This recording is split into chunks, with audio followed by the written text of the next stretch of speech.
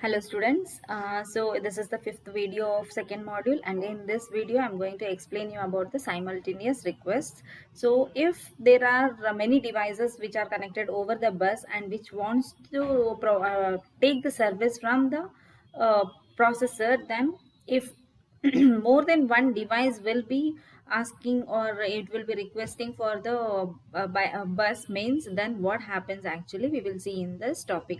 The processor must have some mechanism to decide which request to service when simultaneous requests arrive. Here, the daisy chain and arrangement of priority groups as the interrupt schemes are being discussed. So, there are two schemes which can be used in order to solve the simultaneous request and provide the service to only one device which will be requesting for the bus. Priority based simultaneous requests are considered in many organizations. So either it may be priority based or daisy chain. So to both schemes also I'll be explaining you here. Polling the status register of the IMO device is the simplest such mechanism. In this case, priority is determined by the order in which the devices are polled. Polled means each one will be having its own a number, and whichever wants the request, it will just provide it. It will be just uh, enabling the line. When vectored interrupts are used, we must ensure that only one device is selected to send its interrupt vector code. A widely used scheme is to connect the devices to form a daisy chain as shown in the figure. The interrupt request line INTR, the interrupt acknowledgement line INTA is connected in a daisy chain fashion such that the INTA signal propagates serially through the devices. Device 1 and device 2, INTA 1, INTR is common to all the devices. So here in this diagram you can see,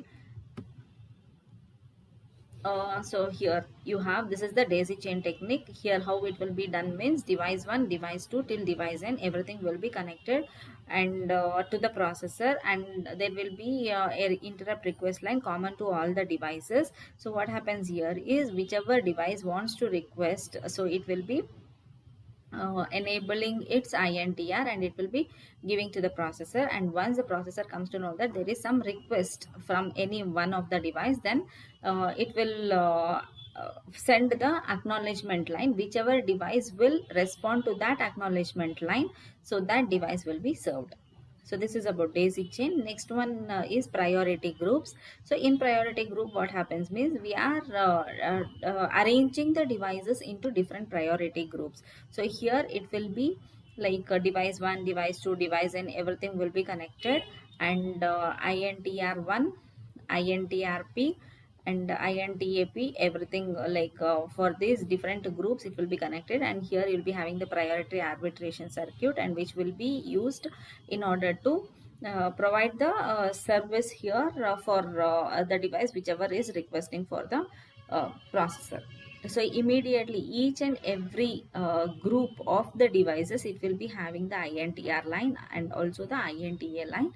So whichever device will be sending the request over this INTR line, so immediately it will be getting the acknowledgement, and the device whichever wants the service, it has to respond to that acknowledgement. So this is how the arrangement of priority groups will work.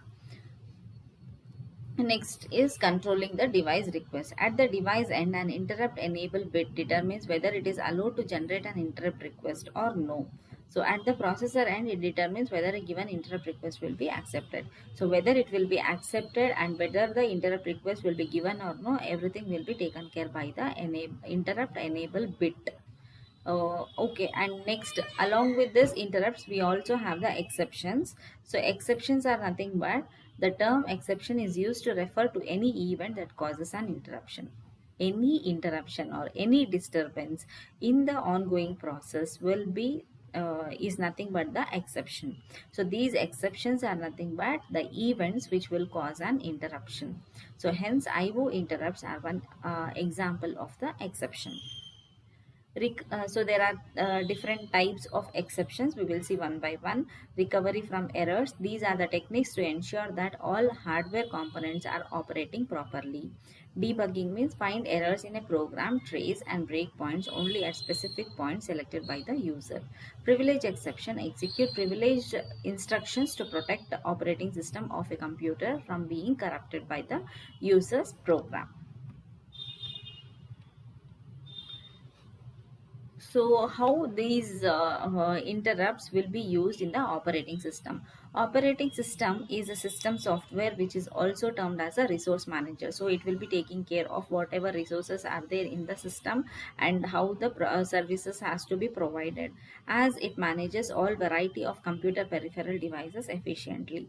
Different issues addressed by the operating systems are assigning priority among the job, security and the protection features, incorporate interrupt service routines for all the devices, and multitasking, time slice, process, program slate, context switch and other things which will be managed by the operating system.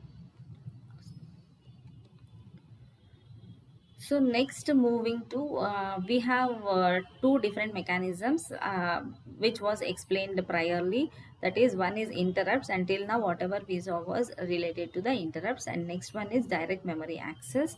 So what is the difference here? We will see interrupts means synchronization is achieved by having the IO device send a special signal over the bus whenever it is ready for the transfer of the operation, data transfer of the operation. So here it will be having the interrupt request line along with the interrupt acknowledgement line. So direct memory access means basically for high speed IO devices, the device interface transfer data directly to or from the memory without informing the processor. So without involving the processor in the task of transfer of the data to and from the devices, a device and the memory. So here the operation will be taking place. When interrupts are used, additional overhead involved with saving and restoring the program counter and other state information. So here how it actually works means, to transfer large blocks of data at high speed, an alternative approach will be used. A special control unit will allow transfer of a block of data directly between an external device and the main memory without continuous intervention by the processor. So that device is called as DMA controller. So DMA controller is a control circuit that performs DMA transfer, is a part of the IO device interface, transfers and is a part of the IO device interface. It performs functions that normally be carried out by the processor. DMA controller must increment the memory address and keep track of the number of transfers. The operations of DMA controller must be under the control of a program executed by the processor. To initiate the transfer of block of words, the processor sends the starting address, the number of words in the block and the direction of the transfer. On receiving this information, DMA controller transfers the entire block and informs the processor by raising an interrupt signal.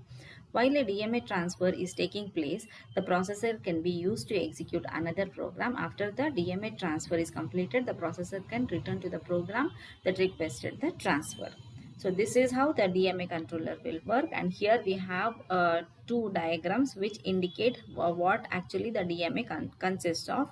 DMA consists of the register, typical register, which will be having different flags with different functions here. So this is the starting address, this is the word count, and this one is a status and control register, which will be having the request, interrupt request and interrupt enable. And this 0, the bit, it will be like once the transfer has been done, it will be sending done or no, and one will, first bit, it will be indicating whether it is a read operation or write operation.